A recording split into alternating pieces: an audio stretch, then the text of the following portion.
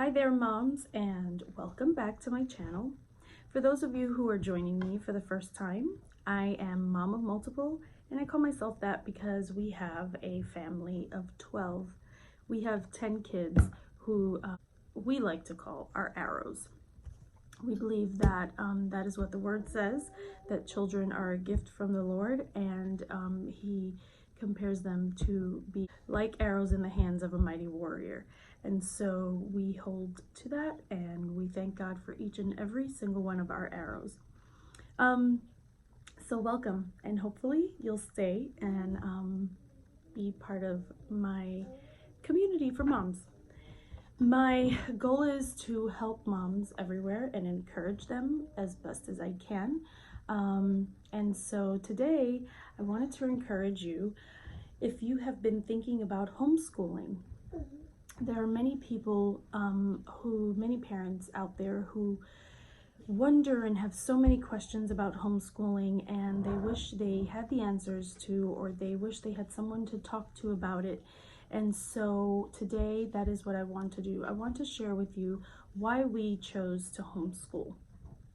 First off, I went to public school when I was growing up, and my husband went to a private Christian school when he was growing up. He also attended public school, but it was for a short amount of time. And so when we got married, he had brought up the idea of homeschooling. Now, like many people probably, I thought that homeschooling was something that was only in Little House on the Prairie. But I was wrong years later after I found out that it's really not that at all. In fact, it's not that at all, because we are not Little House on the Prairie. That is not how we homeschool here at the house. So we started talking about it actually when I was pregnant with my first, and I remember thinking, there's no way I'm gonna do that, because one, I don't know anything about it. Two, we're not Little House on the Prairie. And three, who does that anymore? Like, that's back in the day, that's not done any longer. That would be really weird. So fast forward to a few years, was thinking about it a little bit more because times were changing a little bit more. We were watching things on the news that were happening and thinking about, you know, the safety of our kids and how we can have more control over the safety of our kids. So the first thing I want to say is that you need to know why you are homeschooling. You have to have your why. And so I'm going to talk a little bit about that. There are people who wonder, think, okay, I'm a working mom, I can't homeschool, or is that possible? Yes, it is possible for you to homeschool even though you are a working parent. For us, I am a stay-at-home mom. That is something that we chose pretty much in the beginning, and thank God that it's always been that way. He's been more than gracious to us and afforded us the ability to be able to stay at home. And so, but I do know of parents who do work a full-time job and they still homeschool. They figure out a way, they find out how to do it. I personally do not know anybody who does that, but I have heard of people who do that. I have read about people who do that. So my advice would be to you to seek out those people, try to find them, and ask them how they go about it. But I know one thing off the top of my head is that they more than likely have some adult supervision in the home, whether it be a grandmother that lives there, or an aunt, an uncle, a cousin, somebody who is old enough and responsible enough to just monitor their child on a daily basis. Or even babysit them during the day, and then in the evening they come home after work, and so they homeschool them in the evening. That is definitely doable.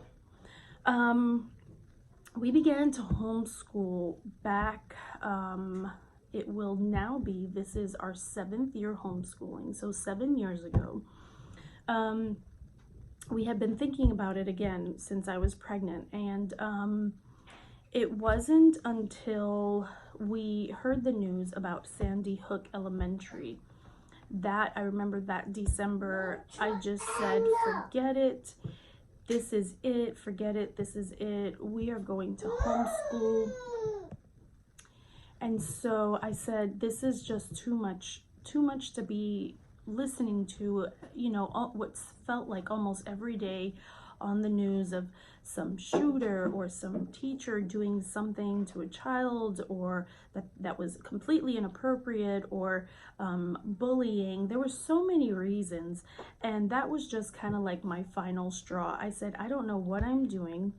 I don't know how I'm going to do this, but I'm just going to pray that God helps me and guides me and gives me the strength and the vision to be able to carry this out. And so a couple of months later go by, and of course it was something that was in my prayers and my husband's prayers, and we were talking through it and talking about it.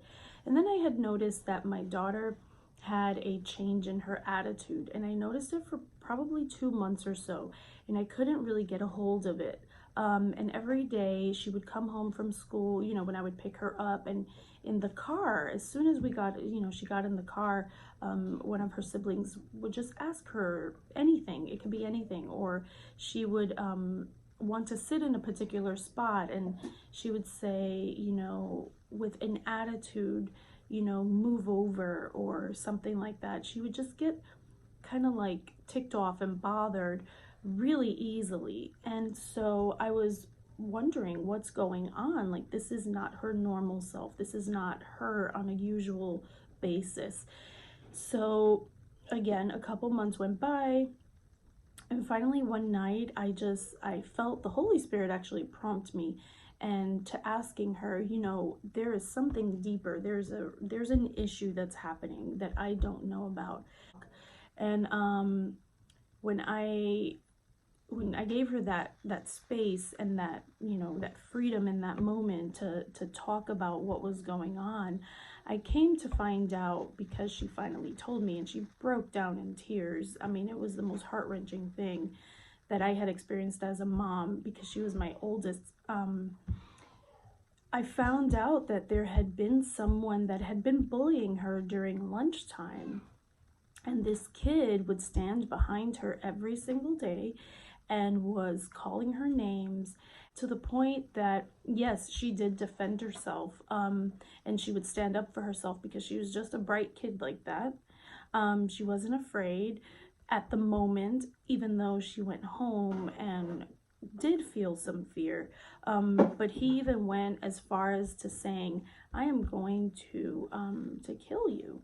And so when she told me that, of course, you know, as any parent, you just kind of lose it, you know, because you're like, there's no way that's going to happen. Never mind the bullying. It was, you know, the fact that he was bold enough to tell her that was just, you know, okay, that's it. This is where it stops. This is where it ends. I will be there first thing in the morning. And I assured her that she would be fine and that she would be protected. I was there 7:30 in the morning to speak at the principal's office. So we handled it. Thank God she's fine. She's now a sophomore in high school. But that was another thing that I was just like, there's no way. I'm not going to put my daughter through this, or any of our kids through this. This is not going to happen. And so that's another reason that we began to homeschool. You are your child's first teacher. I love it, Mommy. You're your child's first teacher. And so it is only natural that you continue to teach them. And so for a teacher that is in a school, think about it. She is getting to know your kid, but not just your kid, about 22 other kids, at least. Some teachers have bigger classrooms than that. So that one-on-one time is not really there. They try to do their best because teachers are awesome, and I know that. I have had many amazing teachers. I have many amazing teacher friends, and if there is one job that is hard, challenging, and rewarding all at the same time, is being a teacher. Teachers rock, like for real. But I did recognize, and I learned even through conversations with some other homeschool families that I at that point had started meeting and talking to, was that it was a realization and a perspective that I had not had before. I didn't see it before, but they did bring to light that you are their first teacher. The person who teaches their kid how to speak, the person who has nursed them, who has counseled them, who has rubbed their boo-boos, you know, whatever the case may be, you are it. And so when I realized that I was able, that God had equipped us, that He had equipped me personally to be able to teach my kids, it was just an enlightening moment for me. And so for those of you who may think, am I capable? I don't have a degree in this, or I may not have a degree at all. You are capable. God has equipped you, and you also have the space to continue to learn, just as you continue to learn in parenting, because kids don't come with a manual. You learn along the way. Yes, you may make mistakes, but you both grow from those mistakes. So are you capable? Yes, you are, because God gave you the ability to teach them. You are their first teacher. It's not taking you months or 15 to 25 weeks or first trimester or semester to get to know your child. You already know your child. Yes, you are capable. Yes, you are able. Values, morals, you know, I didn't want our kids to be test takers. Yes, everyone can take exams. Yes, it can prove something, but it doesn't prove much of anything. Anyone can memorize answers and zoom through a test, but are they actually learning? Are they really absorbing information the way that they should? Or are they just memorizing things so that they can pass this test, that test, and the next test? Our values, our morals, you know, we are a Christ-believing family. And so what we want to teach and instill in our kids is our values that are driven and based on the fundamentals in the Bible, in the Word. And so there are many things going on in the school system right now that do not align with those values and morals. And so that is something that, because we disagree upon, we did not want our kids to be engulfed in things that that go completely against what we believe.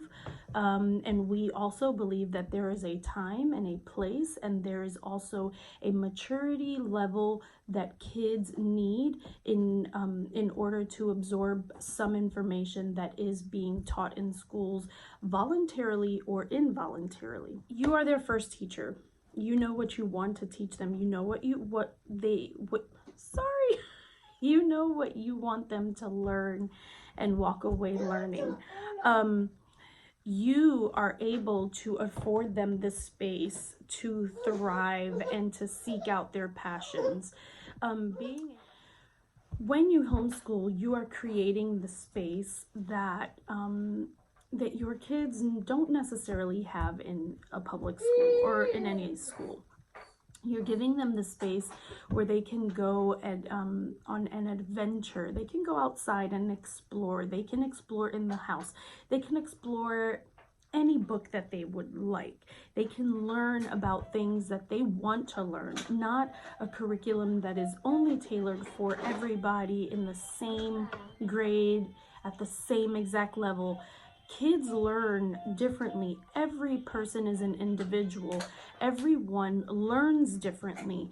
And so because of that, homeschooling is a superb option because it gives them the space to learn things that they are passionate about, things that they're interested in learning about. And so when a child is excited about learning, they will thrive in that environment. They will absolutely thrive. I remember one of our sons, the only thing that he was passionate about at the time was Legos. All he wanted to do was play with Legos and create Lego structures and buildings and whatever it was. That's all his focus was on. So I was speaking to somebody about how I couldn't get my son to write or be interested in writing, not even like a sentence. It was such a struggle for him. And so she suggested that I would just allow him to write about what he was passionate about, which was Legos. So I said, okay, I'll give it a try. She said, as long as he's writing, then you've won your battle. So I said, all right. And so I told him, hey, I want you to write about what your favorite thing is about Legos or whatever it was. I don't really remember. And so he said, okay. And so when I tell you the boy wrote like 3 pages long about Legos, he told me everything he wanted to tell me about Legos. And he gave me what he had written. I read it and I couldn't be prouder because I just thought, oh my gosh, all I had to do was put something in front of him that he was passionate about and allow him the space to tell me everything he felt about Legos. And he wrote and told me what he wanted and shared what he wanted, and I got him to do what I wanted him to do, which was just write. And so that was definitely rewarding for both of us. So you want to give your kids the space to be able to thrive and seek out their passions. There are many programs out there for homeschooled kids, free programs and some that you have to pay for. Do cooking classes. They can do things like seek out photography and get better at that. One of our sons loves photography and videography, and so that is something that we have been able to afford him the ability to learn more about photography and cameras and videography. He volunteers at our church as well, and so he puts his craft and his passion into practice there also. There's so many things that your child can do, singing, acting, whatever it is. If you have the ability to homeschool, this is something that your child is able to do, and that is to cultivate what they're passionate about, cultivate the giftings that God has put and placed in their hands. And they're able to pursue it, where if they were in school for 8 hours of the day, every single day, 5 days a week, they're not able to do that because they are told what they are supposed to learn, and that's it. There's nothing else. And so therefore, that's when extracurricular activities come in, and they're bogged down with more work to have to do, and you have to cram it all on the weekends or right after school, and they're exhausted and tired. And so when you're homeschooling, you don't have to cram everything in one weekend or right after school. The book called Homeschooling for Dummies. That's right, that's simple. I loved that book when I started to homeschool, or right before I started to homeschool. I read that book, and it was very, very informative. It tells you about each and every way that homeschool can look like. There is eclectic homeschooling, there is virtual homeschooling where you do homeschooling online with your county. There's so many different ways to homeschool, and so get that book and inform yourselves of all the many different ways that you can homeschool your family. Let's see. I would say here in the state of Florida, there is what is called the FPEA, which is Florida Parent Education Association. Join that group, get to know that group, go online, fpea.com. You can read about the Florida laws, you can read about Florida events, you can read about Florida group field trips, all sorts of things. It is so informative and it is so great. And you can become a member, and every year you pay $40 to become a member, and you have a membership card that you can print right at home. And you can also use that membership card to get discounts, like practically everywhere. You get discounts for Legoland, you get discounts, just so many different places, Books, Barnes and Noble, Books Million, Joanne, Michaels, because all these places afford the ability to learn. How? Because you have crafts that you're learning, you have books that you're reading, all sorts of things. So I personally love discounts, and that is one way that we can get some great crafting supplies for a good price, even using your coupons. Sorry.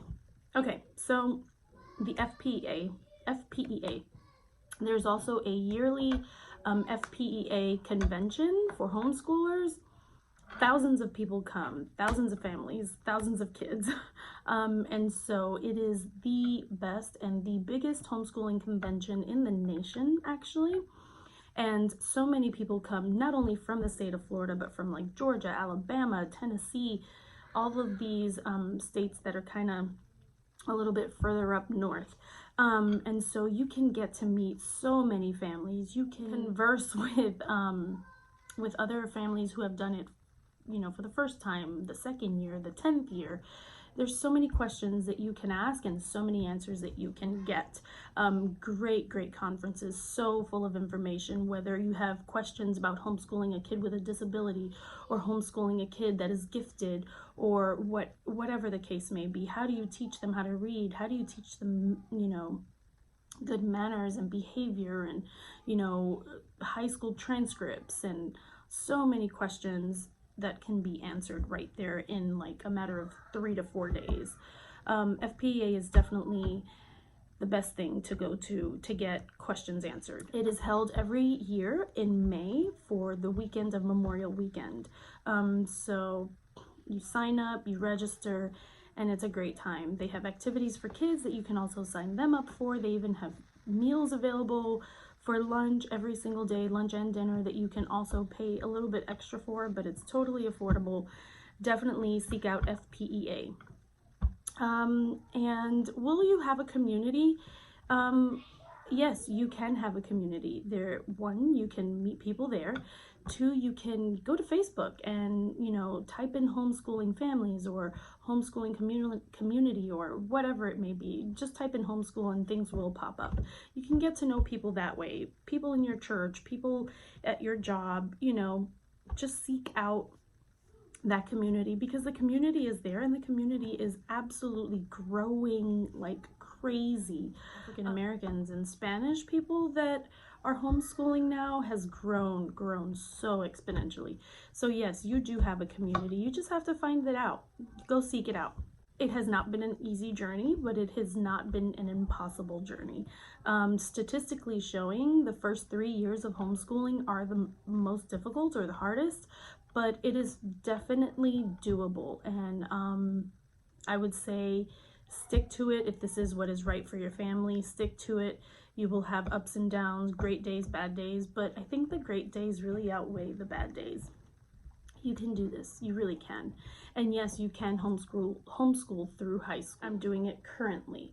So my last thing that I want to say is, but the most important thing is, pray about it. Ask God for guidance. Ask God for the ability to make the right decision that's right for your family. Again, it is not an easy journey, but it is definitely a doable thing. You are it. You're the teacher, their first teacher. You know them best. You know their strengths. You know their weaknesses. You know how to work on their strengths. You know how to work on their weaknesses.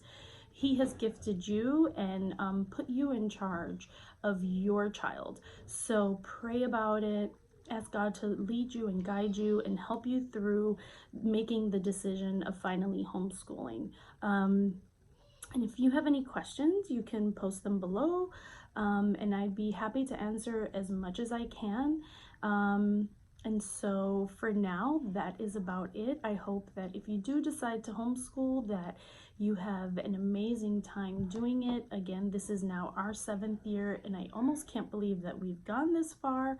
There have been times where I have wanted to quit, but with God's help, strength, my husband's talks of not giving up, not quitting, friends, so many things, reading the word and asking God to just continue to re-strengthen me and help me and guide me. It's been an amazing time. They have learned so much, and every year when it's time for evaluations, I'm like, oh my gosh, they have learned so much more than I really even thought. And it's great. I probably will do another homeschooling video, because there's so much that there's just so much to discuss. But for now, know why you're homeschooling, pray about it, and I wish you and your family the best in your decision. Till next time, follow me at Mama Multiple on Instagram, and subscribe to our channel, my channel, not ours, and join me on this motherhood journey. So don't forget to like and subscribe and click on the notification button so you can get notified the next time that I post a new video. Until next time.